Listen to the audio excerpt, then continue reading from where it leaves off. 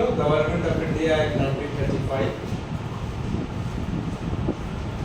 ठीक है। इसमें एक नंबर वर्ड लिखो, इसमें 321 सेक्शन थे। आज जो आर्टिकल ना बोलते हैं उस वक्त सेक्शंस बोलते थे, 321 सेक्शंस, ठीक है। इन लोगों को ना, इन लोगों को डिटेल में शुरू से करा रहा है। ये तो नहीं आई होगा तो भी वो तो डिटेल में कर लो। और तो यहाँ है सब एब्सेंट, ट्रेन का इशू हो रहा है ना, मेन लाइन में जाते हैं, रेसड़ा कोनगर सब सेक्शन तो भाई साहब मेरा तो फ्री है भाई, मेरा फ्लेक्सिबल टाइमिंग है। मेरे को कभी 15 मिनट लगता है, कभी 20 मिनट लगता है, कभी 25 मिनट लगता है, कभी 1.5 घंटा लगता है, फ्लेक्सिबल है। ये वाली से होकर आता है। हाँ जी, वहीं एक रास्ता ही मेरा पड़ता है नज़दीक में, मेरा 11 किलोमीटर यहाँ से पड़ता है ना, फिर हम हावड़ा जाएंगे 19 किलोमीटर, फिर वहाँ से रिटर्न 6 किलोमीटर, मेरा 25-27 किलोमीटर तब पड़ जाएगा। उतना लंबा क्यों है? अच्छा लो रन वर्ग के बाद बात ये शुरू करो, ठीक है। 321 सेक्शंस है, इसमें पॉइंट लिखो 10 शेड्यूल्स था इसमें।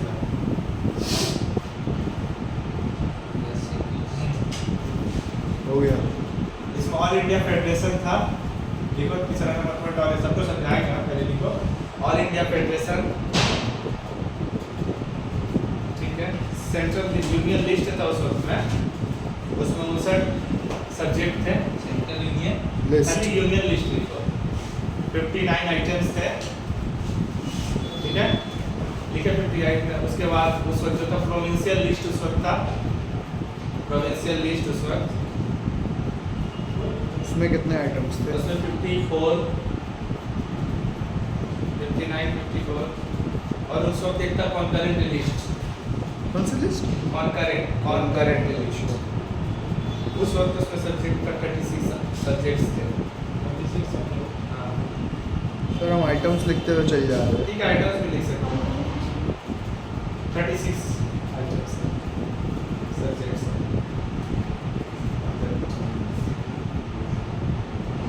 एक पॉइंट लिखना, next point residuary power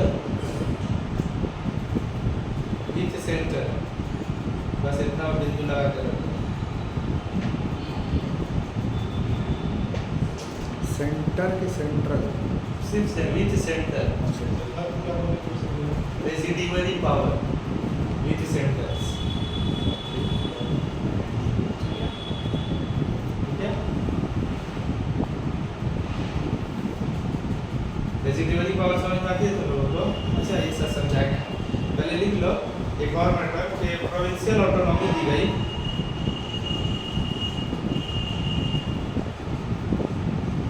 provincial autonomy, ठीक है। Abolition of dyarchy from provinces, next point, abolition of dyarchy from provinces, dyarchy,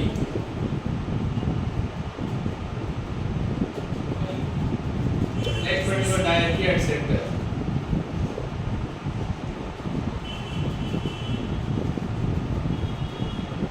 dyarchy at centre.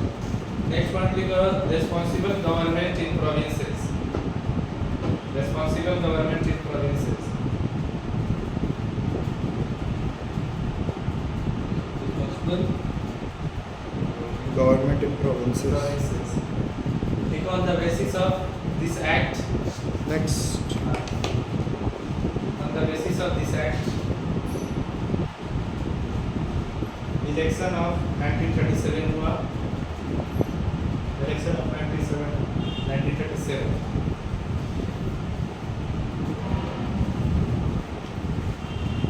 ठीक है. जी सर। नेक्स्ट पॉइंट लिखो, यहाँ बाइकैमरलिज्म स्टार्ट हुआ इन प्रोविंसेस, बाइकैमरलिज्म इन प्रोविंसेस, बाइकैमरलिज्म इन provinces.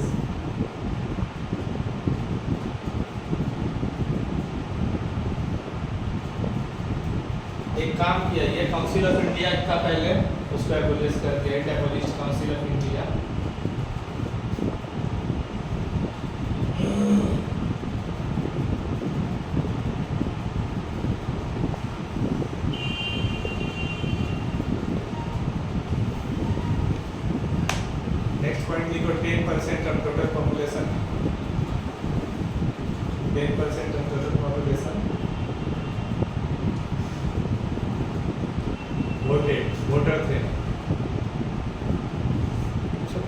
Population का क्या हिसाब है? 2027 में सेंसस वाला पॉपुलेशन का लिस्ट निकालेगा। हो गया तो 27 में निकालेगा आप, लेकिन एक मार्च को भी 1 अप्रैल को निकालेगा। वही 27 हाँ, 1 मार्च को निकालेगा 2027 में निकालेगा पॉपुलेशन रजिस्टर। तो कम हो जाएगा, अगस्त में शुरू होगा। कम हो जाएगा ना पॉपुलेशन इंडिया का। अगस्त से शुरू होगा, अगला महीना अगस्त से शुरू होगा। हॉस्पिटल क्या इसमें पॉइंट लिखो, कहाँ लिखे point? 10% of total population voted. एक पॉइंट लिखो कि इसी एक्ट के under reserve bank of India बना था। रिजर्व बैंक ऑफ इंडिया बना था 1934 में। 1934 में एक्ट आया था 1934 में, रिजर्व आरबीआई एक्ट आया था।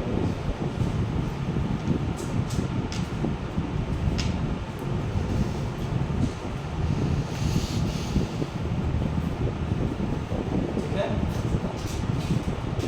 इसके थ्रू एक और चीज हुआ था, फेडरल कोड बना था। किसी को फेडरल कोड सुप्रीम कोर्ट के लिए बेसिस था। फेडरल कोर्ट तो सुप्रीम कोर्ट से कंपेयर टू नीचे हो जाता है ना बहुत।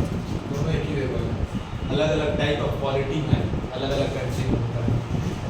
अब बाहर तो फेडरल कोर्ट्स भी होते हैं, सुप्रीम कोर्ट तो सिर्फ इंडिया में है। वो बताएंगे उसको दोनों का भी आर्टिकल में जब घुसेंगे, कॉन्स्टिट्यूशन का आर्टिकल जिन लोगों को पढ़ाया पहले वाले बैच को।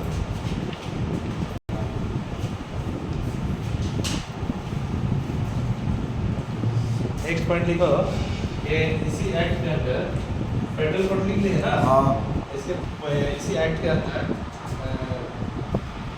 पब्लिक सर्विस कमीशन बनता है। ठीक है,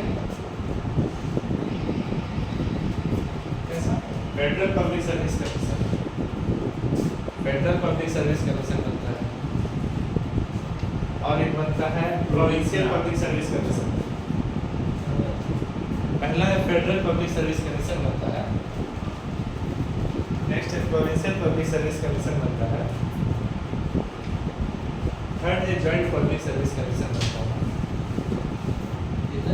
थर्ड है जॉइंट पब्लिक सर्विस कमीशन बनता है।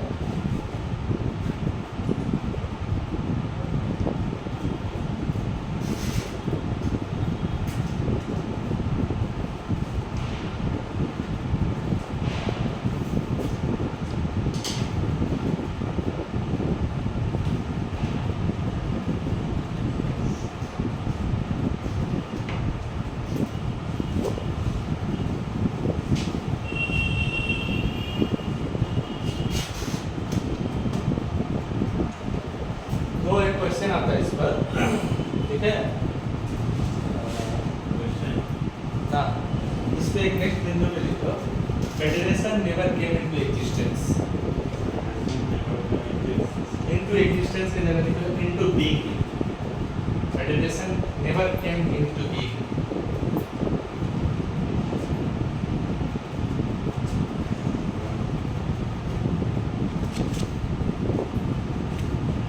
सर ये सही है। कितना जल्दी क्या बता दी, ई से करो, ई से सॉरी स्टूडेंट का नाम लिखो। अरे सुनो, रखो अभी, याद दो इधर। सर सुन रहे सर, आप बोलिए ना। हाँ,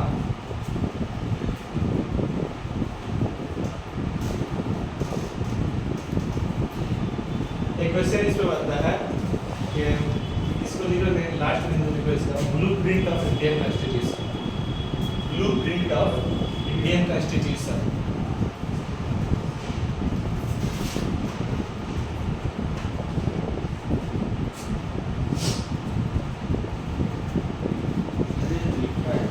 अब देखो क्या इसमें नहीं समझ में आ रही है, क्या समझ में आ रही है, पूछ सकते हो। सर पहले बताइए डायरकी के बारे में थोड़ा। डायरकी एक पॉइंट है, कानून बनाना एक सब्जेक्ट होता है, ठीक है। देश एग्जिस्टेंट जो है सब्जेक्ट्स, उसको सब्जेक्ट्स कहते हैं। कोई भी टॉपिक को, किस टॉपिक पर कानून बनाना है, दारू पे कानून बनाना है, गुटखा पे कानून बनाना है, या चावल आटा कैसे बिक्री हो रहा है उस पर कानून, ये सब एक टॉपिक है। टैक्स एक टॉपिक है, एग्रीकल्चर एक टॉपिक है, ट्रेड एक टॉपिक है, ठीक है।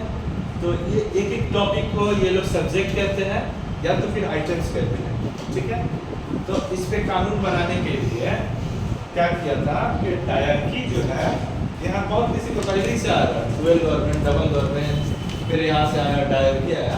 डायरकी एक अलग फीचर, अलग कैटेगरी है, ये कानून बनाने के सब्जेक्ट्स को अलग अलग करता है, इसीलिए डायरकी बोल रहा है। आर्क का मतलब, मोनार्क का नाम सुने हो? मोनार्क, आर्क मतलब होता है हुकूमत, ARC, सुप्रीम अथॉरिटी। हाँ, अब हर जगह देखोगे आर्क ही लगा रहता है। जैसे कि एक वर्ड है, ये सफिक्स है आर्क, ठीक है, इसमें मोनो रहेगा तो मोनार्क हो जाएगा, सुप्रीम अथॉरिटी। इसमें वाई लगा दोगे तो मोनार्की हो जाएगा। ये सेंटेंस है, हर जगह आर्क है, टाई आर्क, वाई आर्क ऐसे है। तो आर्क का मतलब होता है रूल, रूल, आर्क का मतलब रूल, रूल होता है। हमेशा ये ब्रेन में खोल दो अच्छे से। तो आर्क का मतलब रूल होता है। तो डायरकी जो है सब्जेक्ट्स का डिवीजन है। सब्जेक्ट्स का पहले स्टेट प्रोविंस में था, अभी बोलना सेंटर में रहने के लिए कि प्रोविंस में क्या था, दो किस्म का था हाउस, वहाँ पर 1919 का एक्ट में देखे होंगे तुम लोग, दो किस्म का हाउस था लेजिस्लेचर का। तो उसमें सब्जेक्ट्स को बांटना है, किसमें किसमें, एक एग्जीक्यूटिव काउंसिल में, लेजिस्लेटिव काउंसिल में, दोनों के सर पे था प्रोविंशियल गवर्नर, ठीक है। प्रोविंशियल गवर्नर यहाँ भी देख रहा, एग्जीक्यूटिव काउंसिल में भी, और यहाँ भी देख रहा, असेंबली में भी। असेंबली में इंडियन लोग थे, एग्जीक्यूटिव काउंसिल में यूरोपियंस लोग थे। तो ये सब्जेक्ट्स तो दे दिया है, सब्जेक्ट्स को बांटा कैसे था, जो नेशनल इंपॉर्टेंस का था वो प्रोविंस के 1919 का बता रहे, इसमें क्या, इसमें अभी नहीं है, इसमें ये सब लागू हुआ ही नहीं, ठीक है, बहुत सच्ची। तो 1919 में बोल रहा कि ये जो प्रोविंस का एग्जीक्यूटिव काउंसिल है, जिसमें गवर्नर मैन हेड है, उसका मैन हेड है, तो उसमें जो नेशनल इंटरेस्ट का जो भी टॉपिक है, नेशनल इंटरेस्ट पे जो टॉपिक है उसको, वो सब्जेक्ट उसके लिए रिजर्व कर दिया गया, और ये सब्जेक्ट कुछ बचे कुछ सब्जेक्ट इनके लिए रिजर्व कर दिया गया। यही जो bifurcation of division of power on subjects government power, इसी को कहते हैं डायरकी। याद रहेगा या मैं लिखवा दूँ एक लाइन में, लिखवा दूँ डायरकी।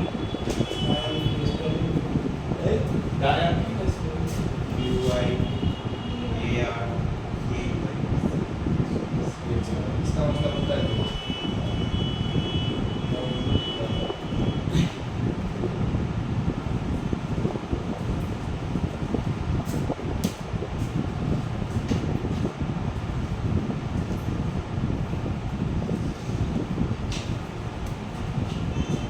अब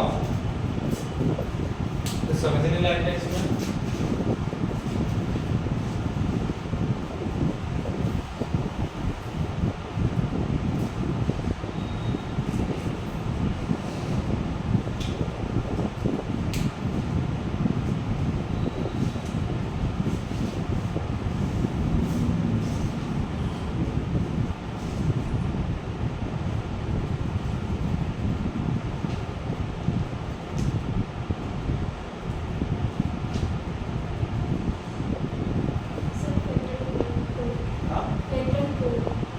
फेडरेशन को इसको मैं बताऊंगा आर्टिकल 1 में बताऊंगा, अभी रहने दो, आर्टिकल 1 जब पढ़ाऊंगा तो उसमें बताऊंगा फेडरल कोड क्या होता है, फेडरेशन क्या होता है।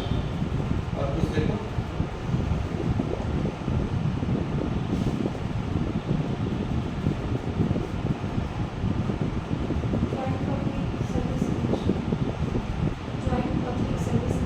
आज भी है ये फीचर, आज भी।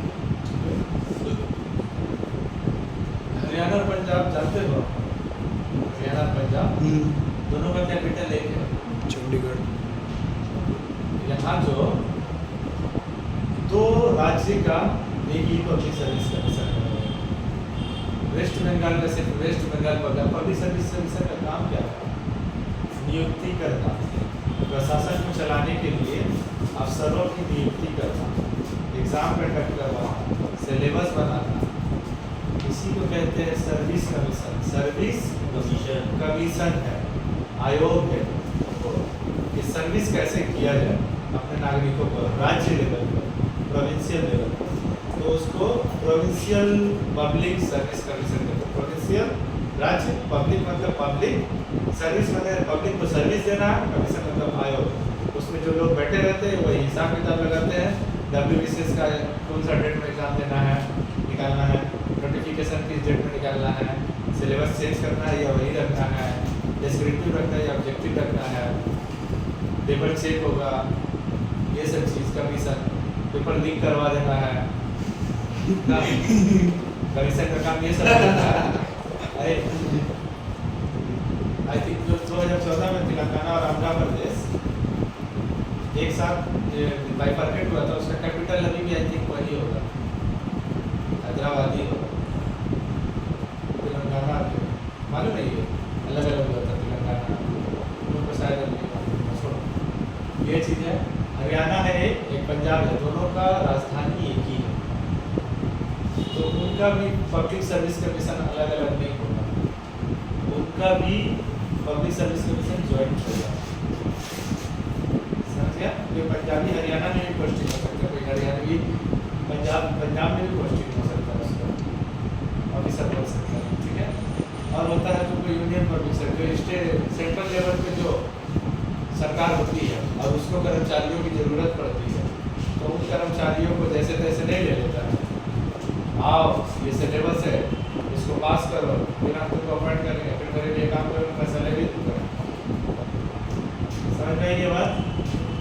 ये हुआ सेंट्रल पब्लिक सर्विस कमीशन या फेडरल पब्लिक सर्विस कमीशन। अभी फेडरल का कंसेप्ट बात बताएंगे।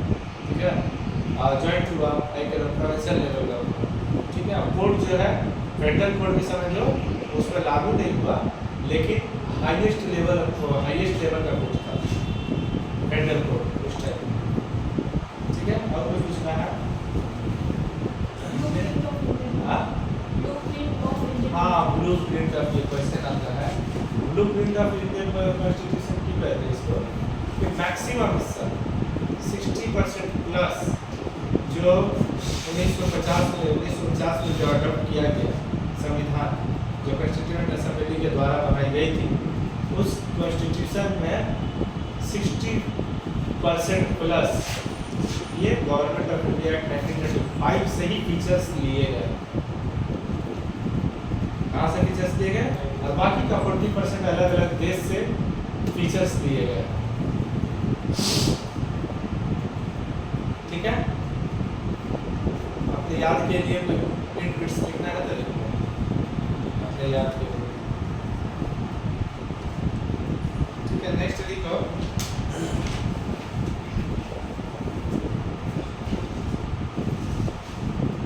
एक बात लिखो कि इसके बाद क्या हुआ ना, बहुत चिल्ला चिल्ली चल रहा, तो 1946 में एक कैबिनेट मिशन प्लान आया। ठीक है? Cabinet mission plan in 1946, cabinet mission plan 1946, ठीक है? ये प्लान था।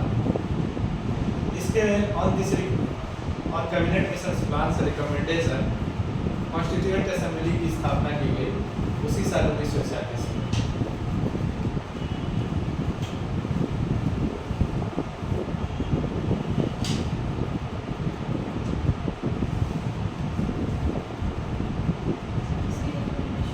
कैबिनेट मिशन प्लान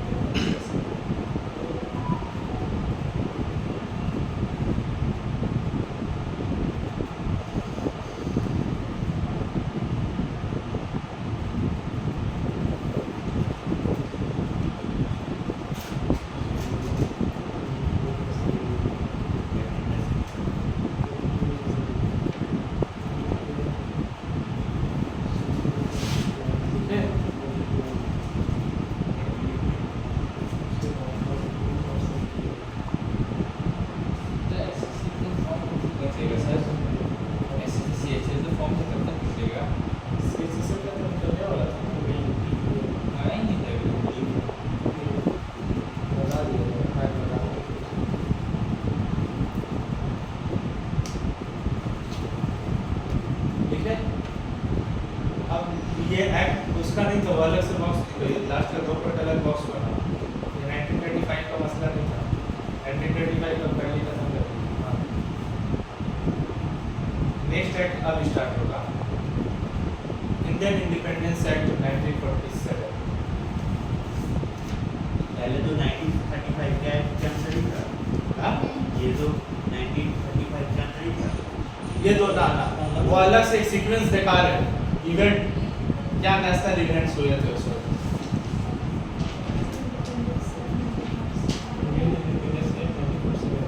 हाँ, इंडियन इंडिपेंडेंस एक्ट 1947। इसका एक बैकग्राउंड है, बैकग्राउंड क्या है पहले सुन लो, फिर मैं लिखवा दूंगा। इसका बैकग्राउंड ये है कि अब जो वहाँ जो है इलेक्शन हुआ था इंग्लैंड में, तो वहाँ लेबर पार्टी जीत गई थी, उसी टाइम में हुई थी। अब जो लेबर पार्टी जीती है तो उसमें लेबर पार्टी का प्राइम मिनिस्टर जो बना था क्लीमेंट एटली था। क्लीमेंट एटली, ब्रेटली का नाम सुने, ऑस्ट्रेलियन प्लेयर बॉलर।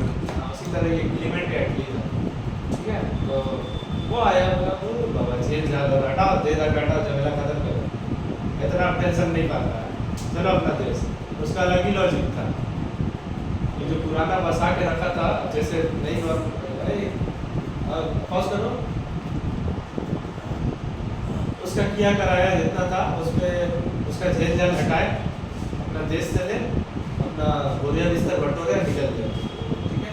अब वही काम किया वो, उसने 20 फरवरी 1947 को एक डिक्लेरेशन दिया। क्या दिया? डिक्लेरेशन दिया, उसको बोलते हैं एटलीस्ट डिक्लेरेशन। 20 फरवरी 1947 एटलीस्ट डिक्लेरेशन, ATLEE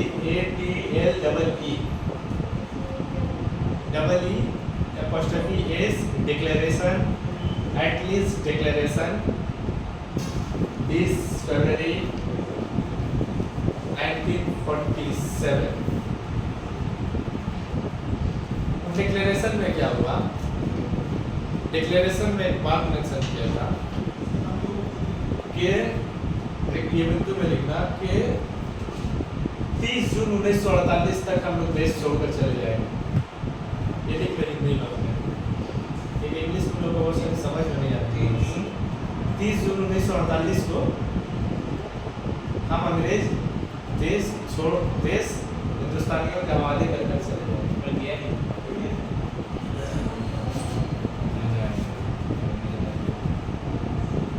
तो प्रोपोज्ड नेक्स्ट बिंदु लगाना इस डिक्लेरेशन के हिसाब से, प्रोपोज्ड डेट ऑफ इंडिपेंडेंस क्या था? 30 जून। ये लिखो, proposed date of independence propose किया गया था।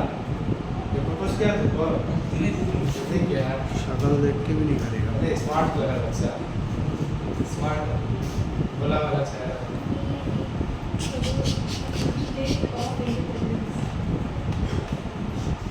Proposed date of independence क्या है? 30 जून था।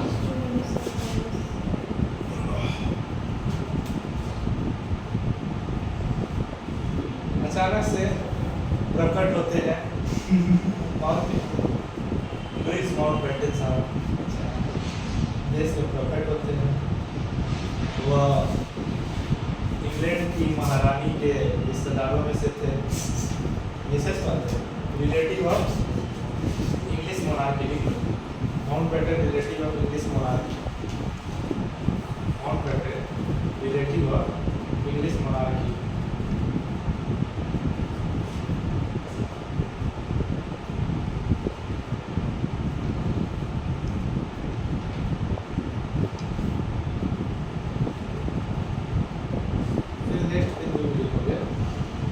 ये प्रकट होते हैं प्लान के साथ, जिसको कहते हैं third June plan. Mountbatten proposed third June plan. वो इंडिपेंडेंस से पहले थर्ड जून प्लान 1947 में ही आई थी। नहीं, इंडिपेंडेंस से पहले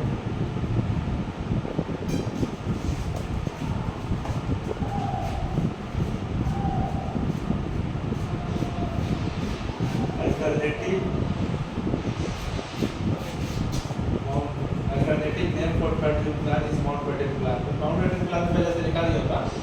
माउंटबेटन प्लान एक बिंदु बना है ना, हाँ माउंटबेटन प्लान और थर्ड ड्रीम प्लान एक ही है, ठीक है। ऑन दिस बेसिस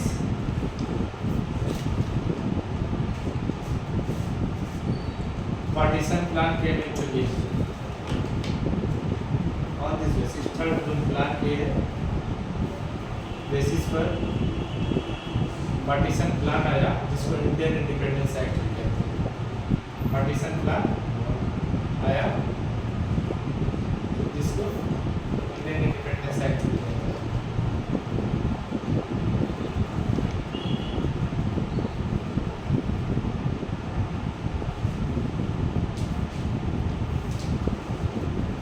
ठीक है, इंडियन इंडिपेंडेंस एक्ट 1947 लिख लो, वहाँ बिंदु में ही फिर लिख लो बगल में।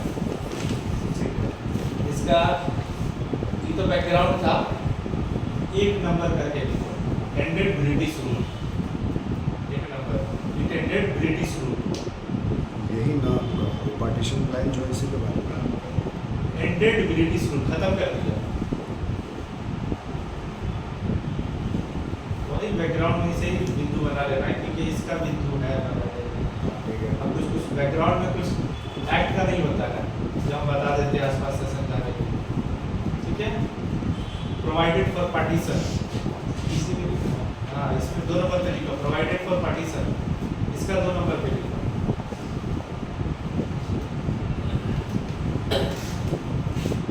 3 नंबर पॉइंट लिखो, abolished the office of viceroy।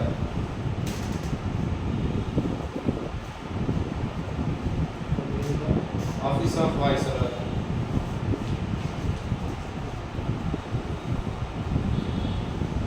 ठीक है। ये जो बोला टू डोमिनियंस लिखो, two dominions of India and Pakistan.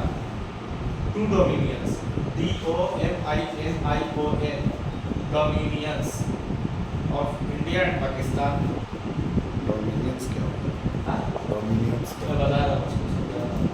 Next point लिखो, know British act, know British act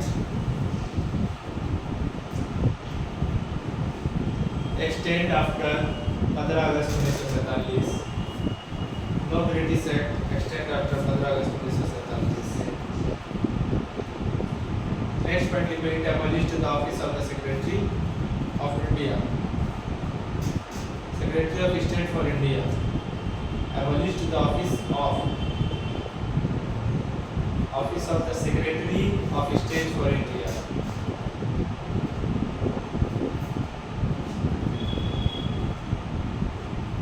next लिखो number 7। It granted freedom to princely states, Indian princely states। It granted freedom to Indian princely states।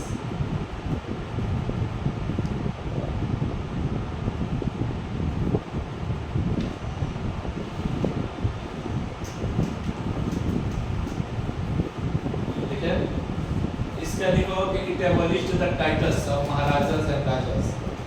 It abolished the titles of Maharajas and Rajas। Royal title लिखो।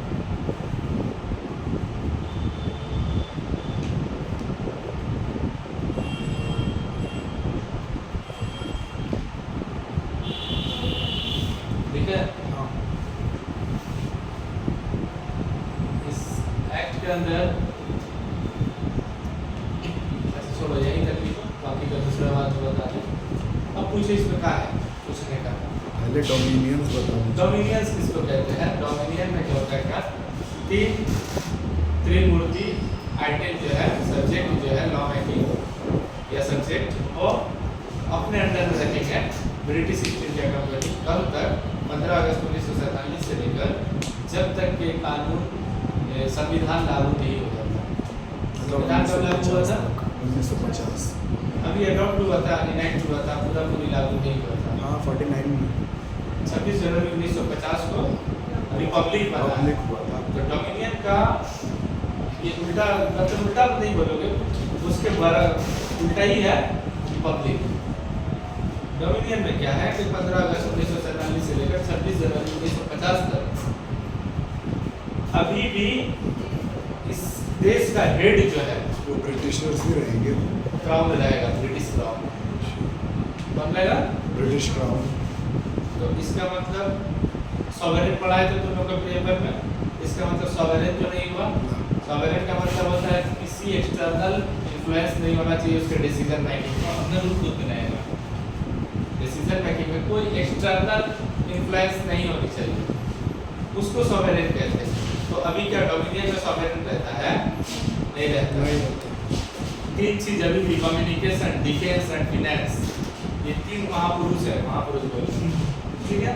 तीन जो item है, क्या बोला, defence, finance,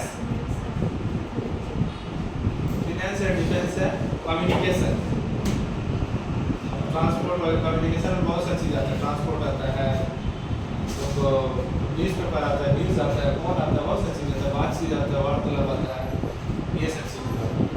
तो ये तीन चीज अपने पास ब्रिटिश क्राउन रखेगा जब तक कि आपका कॉन्स्टिट्यूशन लागू नहीं हो जाता है तब तक, और उसके बाद आप कॉमनवेल्थ में शामिल हो सकते हैं। लेकिन उसके बाद क्या होगा वो बाद में बताएंगे। तो ये चीज हुआ डोमिनियन की बात, और उसमें कुछ समझने की बात,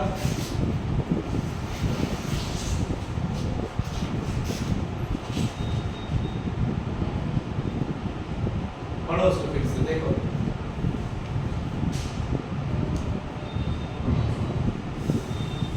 बाकी तो समझ में आ ही रहा हाँ, है। वो इजी लेटर्स तो लिखा हुआ है वर्ड्स। और कुछ देख लेंगे लोगों को।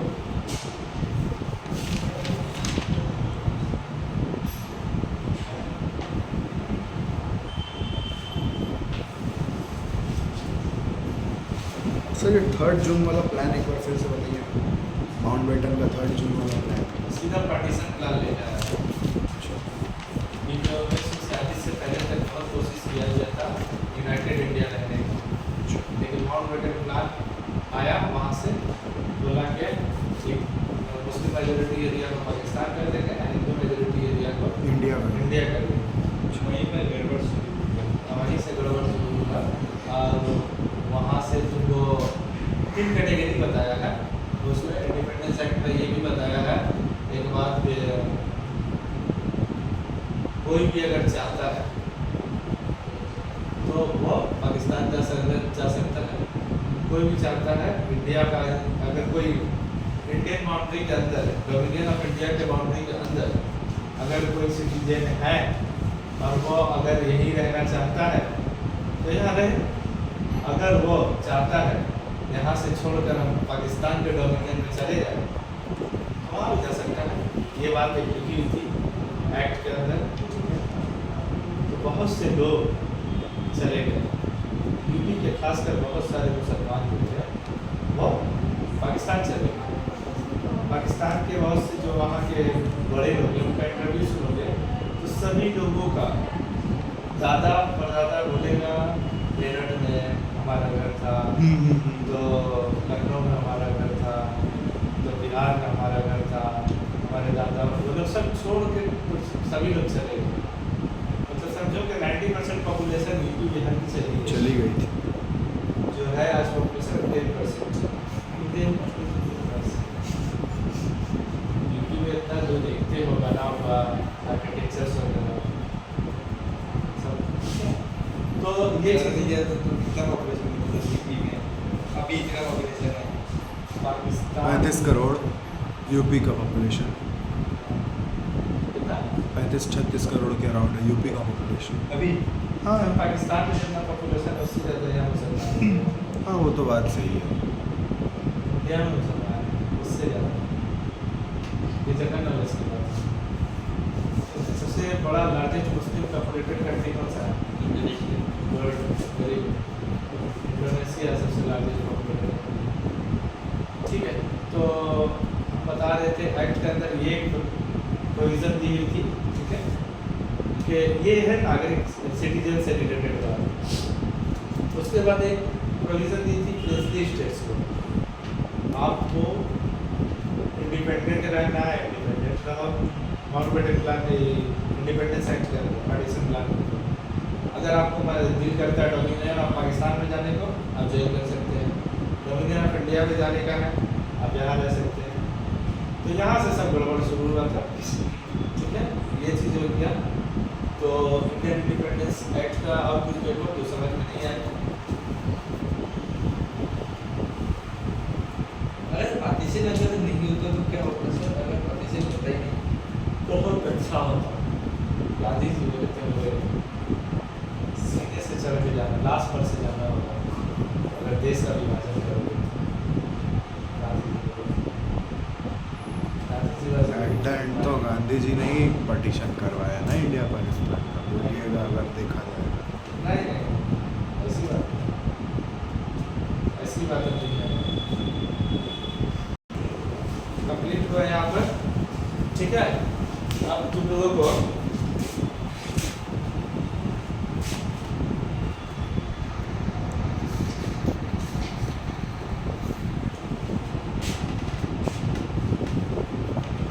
हम करती है। हाँ। तो क्या करना है, अब कॉन्स्टिट्यूशन में जाना है। लेवल तो हो गया है, ठीक है। लेवल करा दिए हैं, ऊपर कराए थे ना, तो कराए थे, याद है। कॉपी निकाल के ये लड़की शायद नहीं की होगी। चलो अच्छे से दिया। लेवल के बारे में बता तो याद क्या हुआ है? सुना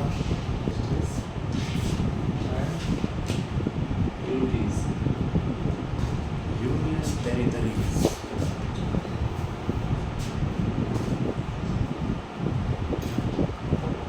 ये है कि कैसे फॉर्मेशन, ठीक है।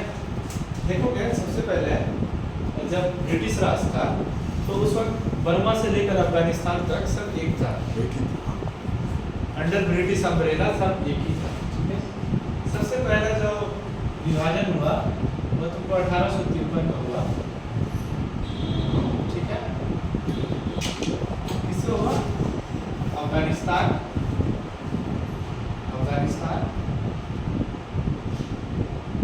एंड पाकिस्तान का।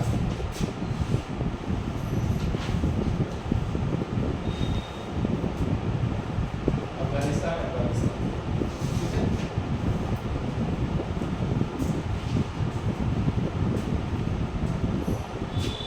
बॉर्डर का नाम बना दुरांत लाइन।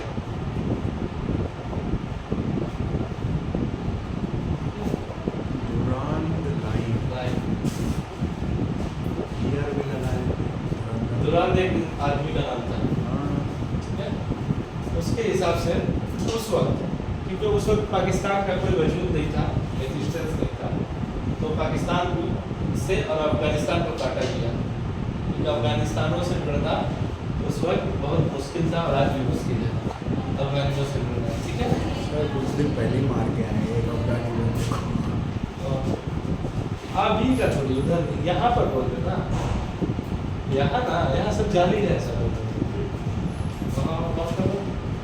ठीक है। और एक पॉइंट देखना कि जब आज़ादी के टाइम था, आज़ादी का वक्त जब था, चालू करो, चलो अभी किया। हाँ, आज़ादी का जो वक्त था उस वक्त का देखना, बिफोर इंडिपेंडेंस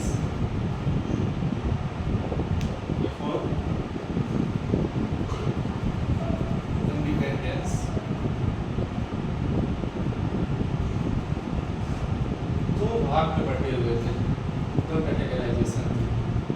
एक थी ब्रिटिश प्रोविंसेस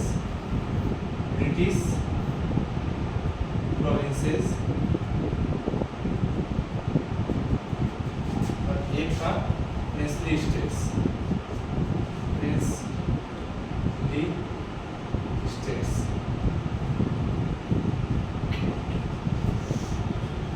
ठीक है, ये ऐसा था। कॉन्स्टिट्यूएंट असेंबली का उस वक्त छोड़ दो, प्रिंसली स्टेट्स कितने थे उस वक्त बिफोर इंडिपेंडेंस? 565 थे प्रिंसली स्टेट्स थे उस वक्त। 565 में 552 इंडिया में थे और 13 पाकिस्तान में लिए थे, ठीक है। इसमें से 549 जो है instruments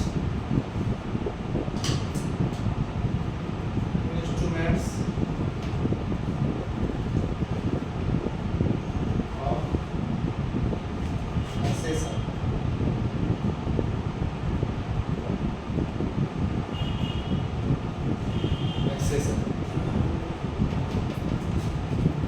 सही कर दी, ठीक है, साइन कर लो, साइन। तीन इसमें से जो है सही, ये तीन कौन कौन थे? हाँ, और तो थे जूनागढ़, जम्मू कश्मीर, हैदराबाद।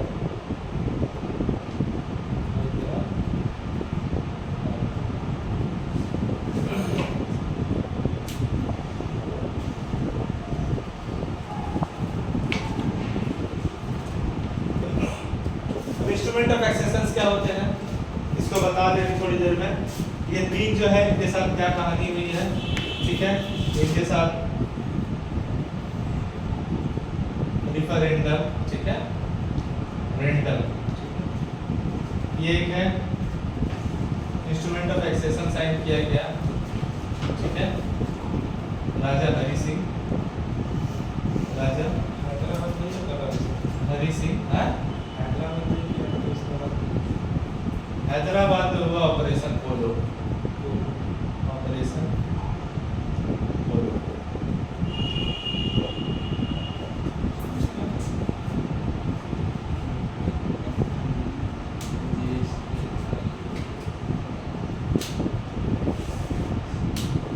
ये हुआ before independence, at the time of independence, at the time of independence.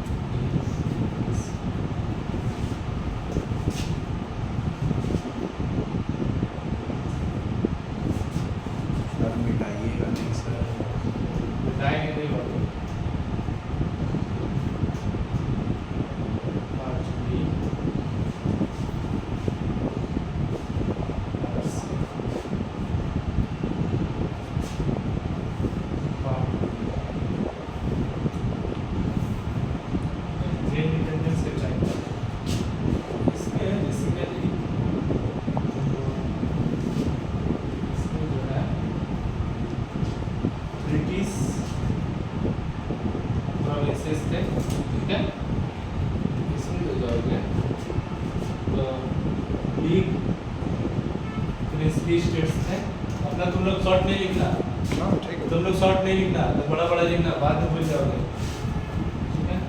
इसमें जो है स्मॉल पेटी, अच्छा स्मॉल ही है पेटी प्रिंसली स्टेट्स, इसमें एक ही था अंडमान एंड निकोबार, ठीक है। आदि में कैसे ये कौन किया था? By constituent assembly, constituent assembly, क्या नाम है? पहले आधे में क्या नाम है? क्या पार्ट ए में है ब्रिटिश प्रोविंसेस, ब्रिटिश प्रोविंसेस, ठीक है। दूसरे में बिग प्रिंसली स्टेट्स। अंदर में कौन कौन था उतना याद करने की जरूरत नहीं है, ब्रेन हैंग करने लगेगा, ठीक है। तो नहीं समझ आ गया, सब पेटी स्मॉल लिखो, पेटी जमींदार वगैरह होते हैं, स्मॉल लिखो। रेफरेंडम क्या हो रहा है बता दो, सब लाइन समझ। स्मॉल प्रिंसली स्टेट्स,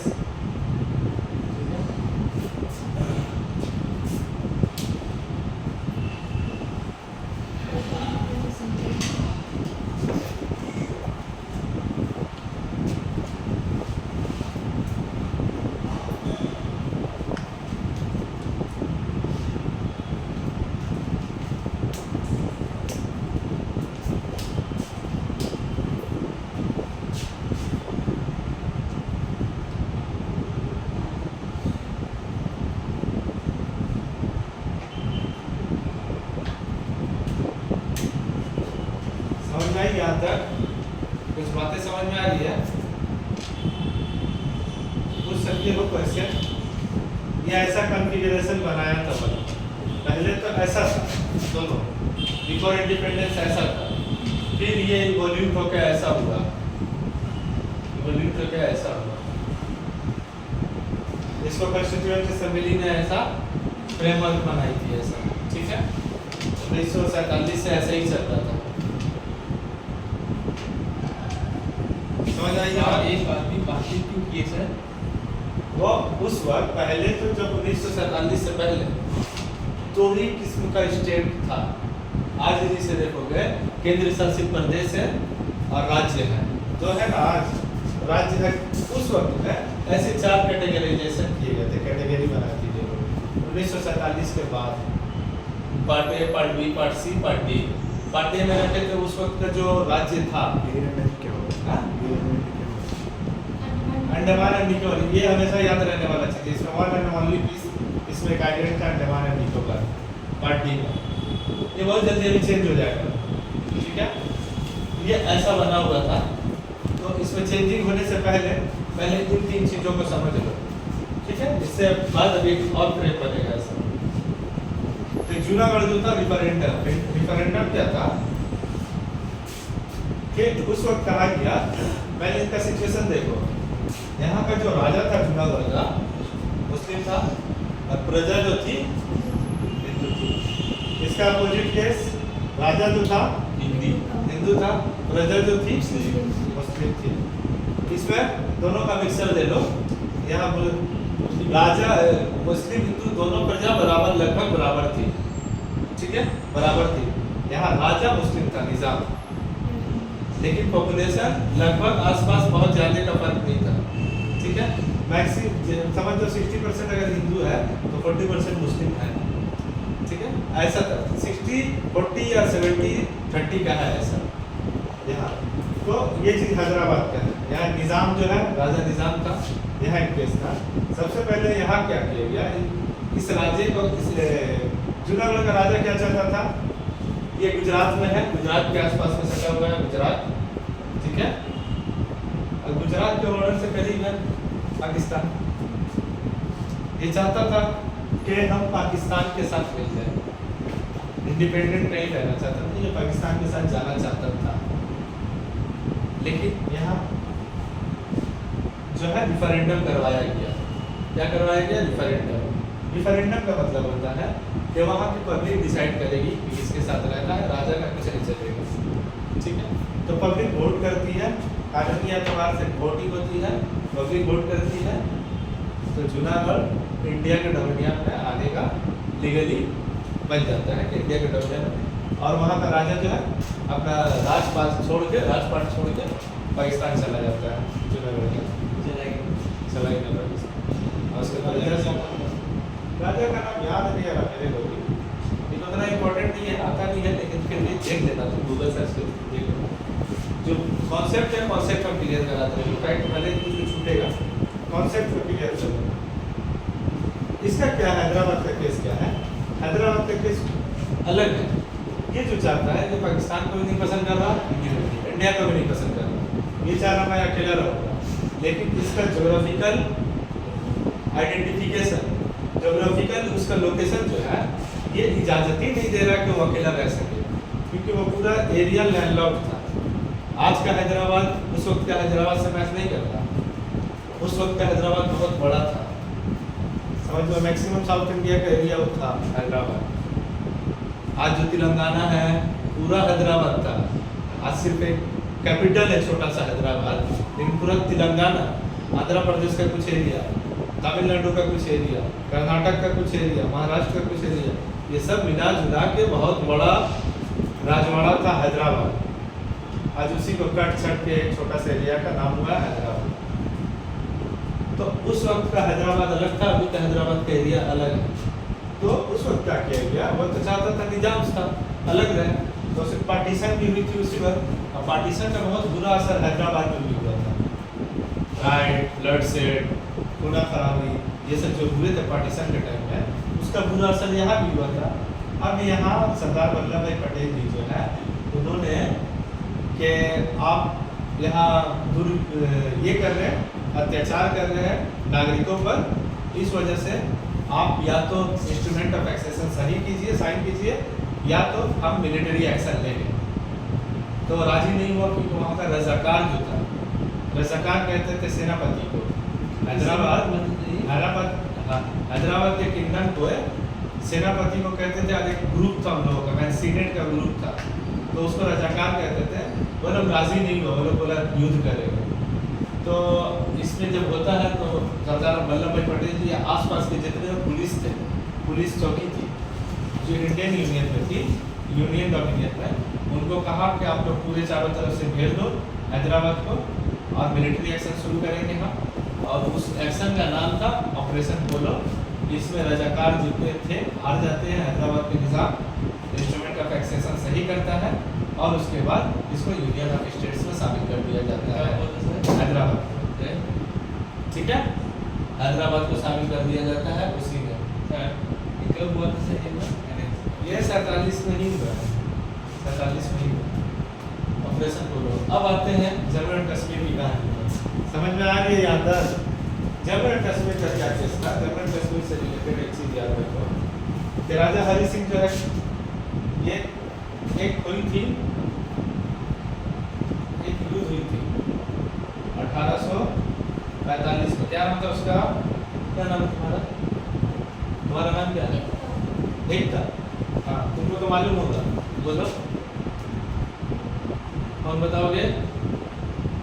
1845 में एक युद्ध होती है, सेकंड की first good Anglo Sikh war, Anglo Sikh war. उसमें हारते हैं तो 1846 में एक ट्रीटी होती है, ट्रीटी ऑफ अमृतसर। ठीक है, सुने हो ये सब? संधि ट्रीटी ऑफ अमृतसर। इसमें देखोगे इसके तहत क्या होता है, एक होते हैं महाराजा गुलाब सिंह, महाराजा गुलाब सिंह, इसी के वंशज में से थे राजा हरि सिंह। ठीक है, राजा हरि सिंह बेटा नहीं, 2-3 पीढ़ी के बाद है।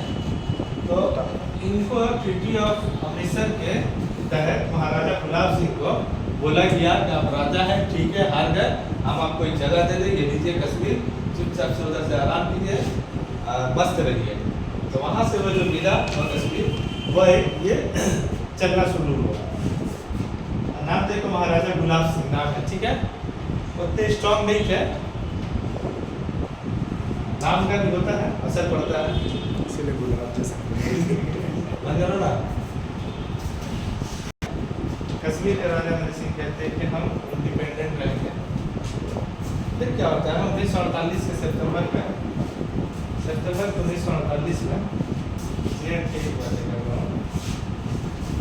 सितंबर 1948 में उधर से कुछ कबायलीस थे। ठीक है, कबायलीस डायरेक्ट ऑर्गेनाइज आर्मी के थ्रू अटैक नहीं करवाया गया था। ये कुछ कबायलीस थे जो कश्मीर पे मतलब अनऑफिशियली कश्मीर को कैप्चर करना शुरू किए थे। ठीक है, ये घबरा के राजा हरि सिंह किसके पास जाते हैं? हरि सिंह जवाहरलाल नेहरू के पास जाते हैं। अरे वाह, बोलते हैं भाई साहब मेरा बचा। तो जवाहरलाल नेहरू साहब बोलते हैं किसे बचाना? इस रिश्ते से मैं कौन लगता हूँ? तो फिल्मों में डाल चल जाता है, मैं कौन लगता हूँ, किस रिश्ते से मैं आपको आपके केस में इंटरफेयर करूँगा? तो जवाहरलाल नेहरू एक ऑफर देते हैं उनको, इंस्ट्रूमेंट ऑफ एक्सेशन सही करो। तो राजी हो जाते हैं Hari Singh, instrument of accession सही करते हैं। सही करने के बाद इंडियन आर्मी भेजते हैं जवाहरलाल नेहरू, और जहाँ तक वो लोग कैप्चर किया था वहाँ स्टॉप कर देते हैं। ठीक है, स्टॉप करने के बाद अब क्या करते हैं, जवाहरलाल नेहरू जिन्ना से बात करते हैं। मोहम्मद अली जिन्ना वो लोग सब एक साथ ही जिंदगी गुजारा है। जानते हैं। पहले 15 अगस्त के बाद दोनों अलग अलग देश में रहने लगा, देश बन गया। मतलब सब एक साथ एक कोर्ट प्रैक्टिस किया, एक साथ रहा, एक साथ चाय पिया, एक साथ दोस्ती रखा, एक साथ दुश्मनी रखा। वो लोग एक साथ जिया है। हम लोग अलग अलग हैं, जिन्ना का है, नेहरू का है।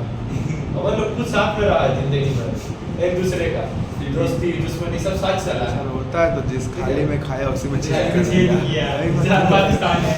तो जिन्ना जो है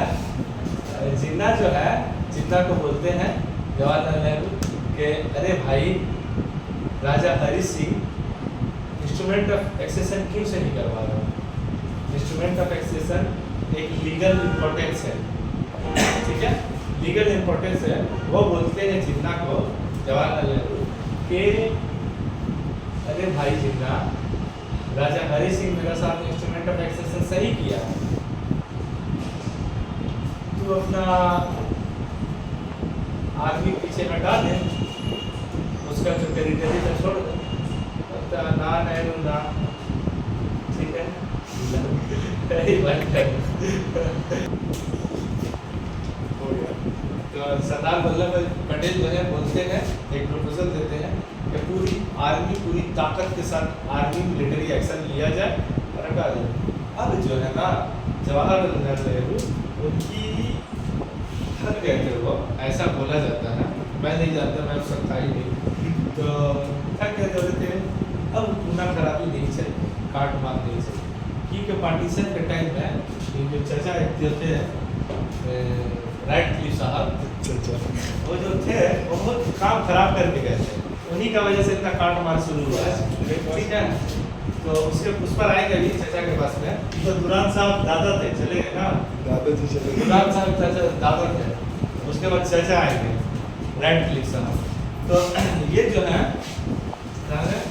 वो बोले वल्लभ भाई पटेल साहब को कि काट मार खत्म करो, हम नहीं चाहते हैं ज़्यादा खूना खराब, क्योंकि उनके पास एक और ऑप्शन था।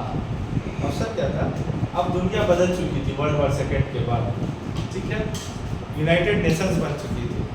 ये क्या बोले, ये इस केस को कश्मीर के मसले को लेके गए यूनाइटेड नेशंस यूएनओ में लेके गए। अब यूएनओ में जब लेके गए, सोचे कि जिन्ना डर जाएगा यूएनओ से, अमेरिका से, लेकिन तो है जिन्ना, ठीक है, जिन है। तो ये चीज़ हुआ। तो क्या करते हैं, यूएन का क्या आता है, यूएन का ऑर्डर आता है, एक ऑर्डर आता है। ऑर्डर में क्या बोलता है यूएन के, ठीक है, इस मसला को, इसको सबसे पहले डिस्प्यूटेड लैंड डिक्लेयर कर देता है, डिस्प्यूटेड, ठीक है, डिस्प्यूटेड लैंड डिक्लेयर कर देता है, खाली जगह, विवादित विवादित जगह डिक्लेयर कर देता है। अब विवादित होने के बाद अगर कोई तुम्हारे घर पे केस ठोका हुआ है तो आप एक कील नहीं ठोक सकते हो, पुलिस लेकर चले जाएगा, जेल में जाएगा। हाँ जानते हैं। उसी तरह डिस्प्यूटेड लैंड में कुछ फंक्शन नहीं दिखा सकते हो, कोई निर्माण नहीं कर सकते हो, कुछ नहीं कर सकते, बहुत सारी चीज़। डिस्प्यूटेड लैंड डिक्लेयर किया यूएन। सेकंड काम किया, बोला ठीक है हम करेंगे मसला हल, आप लोग मेरा पास है, हम यूएन हैं, हम मसला हल करेंगे, पावर अभी बन रही है, ठीक है। तो ये हल करते हैं, देखते हैं कैसे करते हैं, क्या करवाते हैं, बोलते हैं प्लेबिसाइट होगी, बाकी प्लेबिसाइट होगी। अब प्लेबिसाइट सेम एज रेफरेंडम है, ठीक है, अलग अलग टर्मबाजी है, ये सब अलग अलग, ठीक है। तो प्लेबिसाइट होगी, तो प्लेबिसाइट करने के लिए क्या करना होगा, प्लेबिसाइट करने के लिए दो प्री कंडीशंस थे, प्री कंडीशंस थे, ठीक है। तो दो नहीं थे, क्या प्री कंडीशंस थे कि प्लेबिसाइट होगा और उस इलाके को कहते हैं आज़ाद कश्मीर, समझे। हम लोग कहते हैं कि तुम कब्जा किए, हड़पा हुआ हमारा जमीन, इसीलिए कहते हैं पाकिस्तान ऑक्युपाइड कश्मीर। तो उस वक्त जो था प्लेबिसाइट हुआ नहीं। जस्ट इमेजिन उस वक्त अगर प्लेबिसाइट हो जाता तो क्या होता, पाकिस्तान धक्के खा के निकलता। पाकिस्तान चला जाता है, हाँ वो तो पता है, इसीलिए होने ही नहीं दिया गया।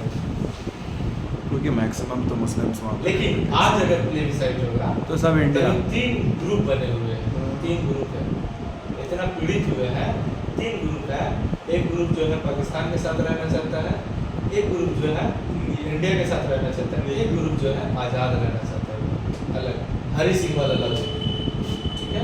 और एक ग्रुप जो इंडिया के साथ रहना चाह रहा है, उसका जो मेहनत है वो मेहनत जवाहरलाल नेहरू किए थे, वही मेहनत रंग लाया है। जो एक ग्रुप जो इंडिया के साथ रहना चाहता है इंडियन यूनियन में, क्या मेहनत था, कैसे मेहनत था, हम बता रहे तुमको, ठीक है।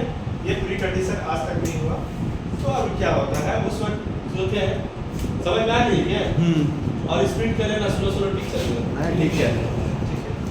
तो ये जो है उस वक्त जो है शेख अब्दुल्ला जो है उस वक्त हीरो बने हुए थे, यंग एज, पॉलिटिकल गरम खून पॉलिटिकल इश्यूज देख रहे थे, जेल आना जाना लगा हुआ था, ठीक है, जेल थाना आना जाना लगा हुआ था, तो वो एक अलग फिगर बन रहे थे, ठीक है। अब दिखे जवाहरलाल नेहरू को शेख अब्दुल्ला, ठीक है। जवाहरलाल नेहरू क्या करना चाहते थे, वो उनका 2-3 मुझे क्या होता है, लोगों को लगते हैं, वैज्ञानिक लोग हैं, उनकी बातें बोल रहा हूँ कि जवाहरलाल नेहरू की 2 सोच रॉन्ग साबित हो गई, ठीक है। एक लेकिन लगभग रॉन्ग साबित हो गई, एक रॉन्ग साबित हो गई। एक सोच कि बात है, ये बोले थे कि हड़बड़ी में थे, देश आज़ाद करने के लिए हड़बड़ी में थे और सोचे ठीक है जितना अभी जल्दी जल्दी किया हुआ है, हड़बड़ाया हुआ है, हम लोग तो सब भाई बहन में एक ही साथ है, अभी अंग्रेज को हटाते हैं, जो करना कर दे, तो कैजुअली कर दे, तो बाद में हम लोग आपस में मिलजुल के हम जितना उतना मिलजुल के बात कर लेंगे, फिर एक साथ रहेंगे, तो अखंड भारत का जैसा। ये सोच उनको ओवर लिबरल सोच फेल हो गया, क्योंकि यहाँ पर जिन्ना अपना शकल देखा है, ठीक है, जिन्ना अपना शकल, जब वहाँ तो खुद गए थे दोस्ती का हिसाब से ही बोले, अरे भाई ये तो इंस्ट्रूमेंट का एक्सेशन सही कर दिया है जिसे, तब तो क्यों चढ़ाई कर रहा, तो वहाँ रंग दिखा दिए। तो उनका एक सोच जो था कर, तो इसीलिए बहुत कैजुअल पार्टीशन हुआ है, ये कैजुअल पार्टीशन होने की वजह से बहुत प्रॉब्लम हुआ है, ध्यान नहीं दिया गया है पार्टीशन में, 4-5 दिन 1 हफ्ता में पार्टीशन कर दिया गया, ठीक है, 6 महीना का काम है ये सब चीज। तो ये उनका एक सोच गलत साबित हुआ। अब यहाँ क्या करते हैं, फिर यहाँ एक नई सोच सोचते हैं, लिबरल सोच, कि प्लेबिसाइड तो मान लो आज नहीं हो रहा, ये सोचते थे आज नहीं तो कल होगा प्लेबिसाइड, ठीक है, अब ये नहीं हुआ, रिसेंट नहीं हुआ, तो इसको मजबूत बनाया, क्योंकि उस वक्त होता तो वो जानते थे पाकिस्तान में चला जाता पूरा, ठीक है, पाकिस्तान में चला जाता। तो इस बात का आइडिया उनको भी था, जवाहरलाल नेहरू को, उन्होंने प्लेबिसाइड के लिए क्या किया, उनकी इन्हीं सोच की वजह से एक ऑर्डर निकला था उस वक्त, प्रेसिडेंट्स ऑर्डर, ठीक है, राजेंद्र प्रसाद का था प्रेसिडेंट्स ऑर्डर 1916, और एक बात थी आर्टिकल 370, ठीक है।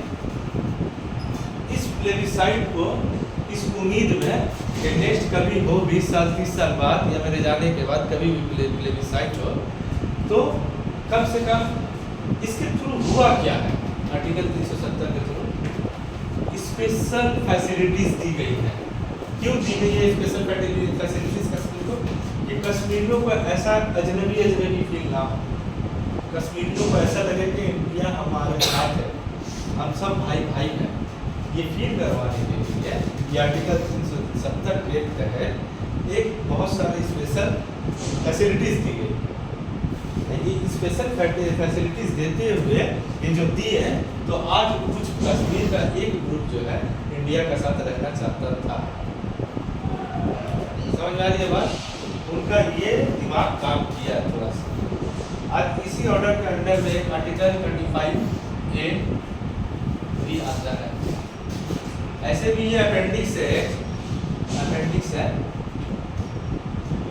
इसको बताएंगे कोई अच्छे से।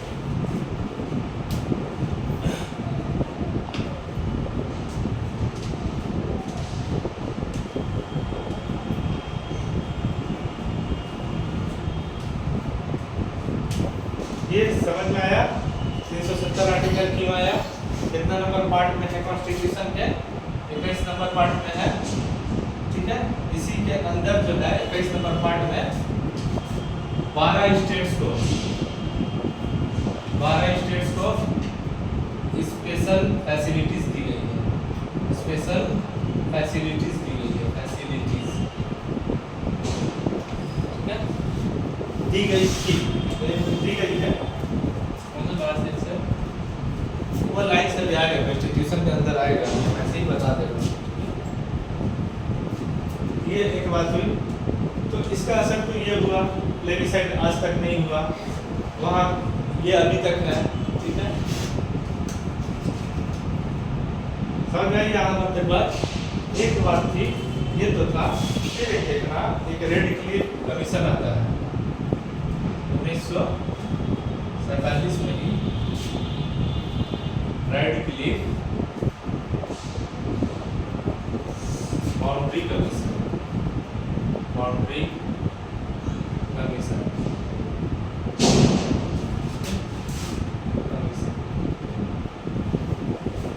इसको लिखो समझो।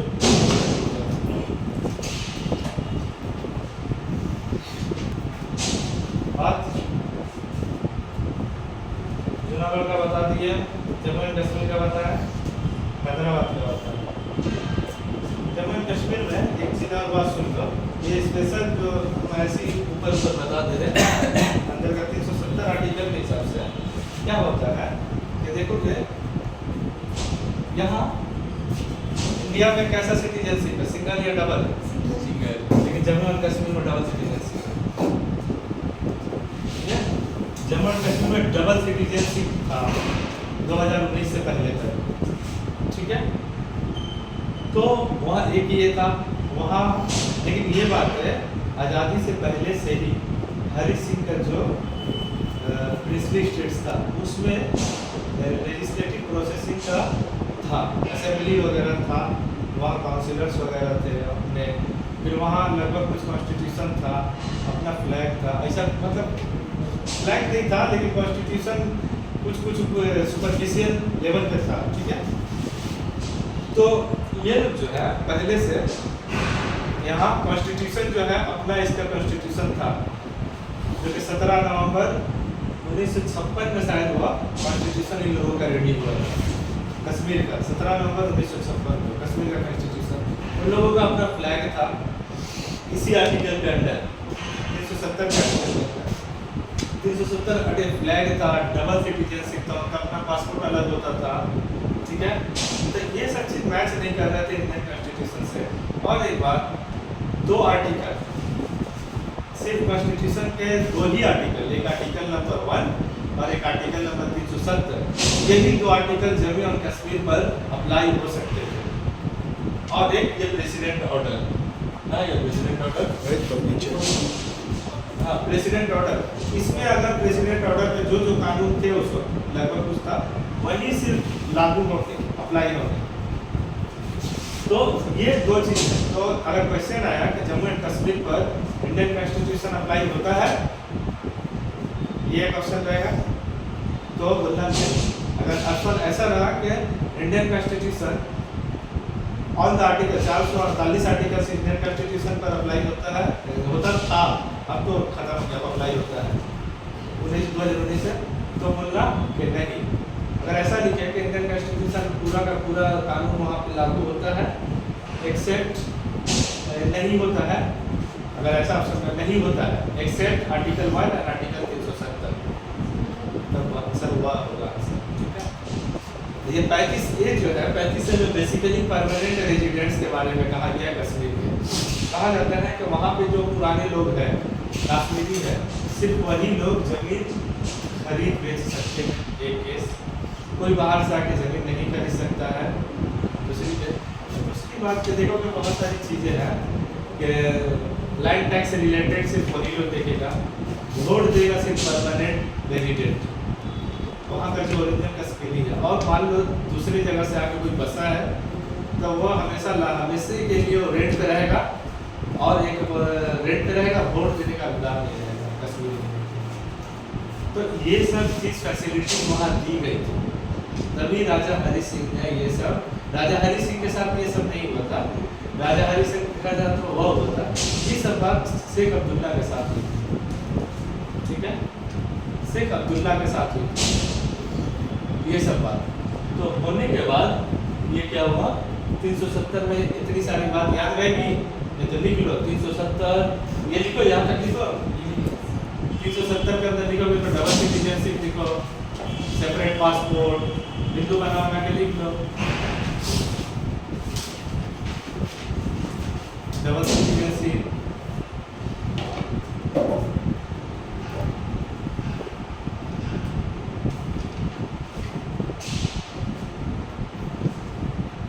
डबल सिटीजनशिप लिखे, सेपरेट पासपोर्ट लिखो, सेपरेट कॉन्स्टिट्यूशन ईयर का नाम बताइएगा, हाँ, कौन सा ईयर था?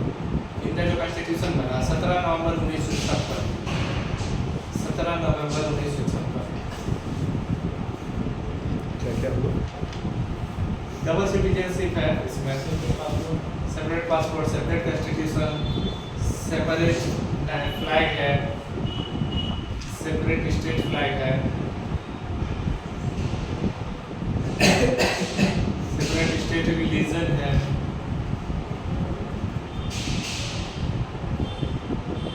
था ये सब था 2019 से पहले तो। सेपरेट रिलीजन मतलब रिलीजन था, स्टेट रिलीजन, सेपरेट नहीं, सिर्फ स्टेट रिलीजन लिखो, ये था, ठीक है।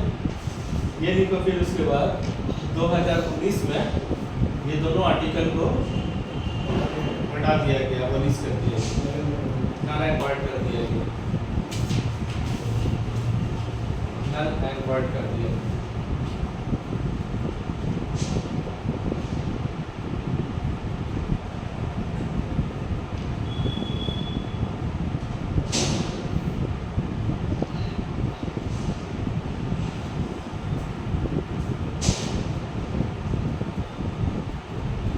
समझ में आया? आगे बढ़े और या खत्म करें? सर खत्म कर दो। टाइम हो गया ना, हाँ, खत्म एक कर 4 दो। बजे तक 10 मिनट ही हाँ। बंद कर दो।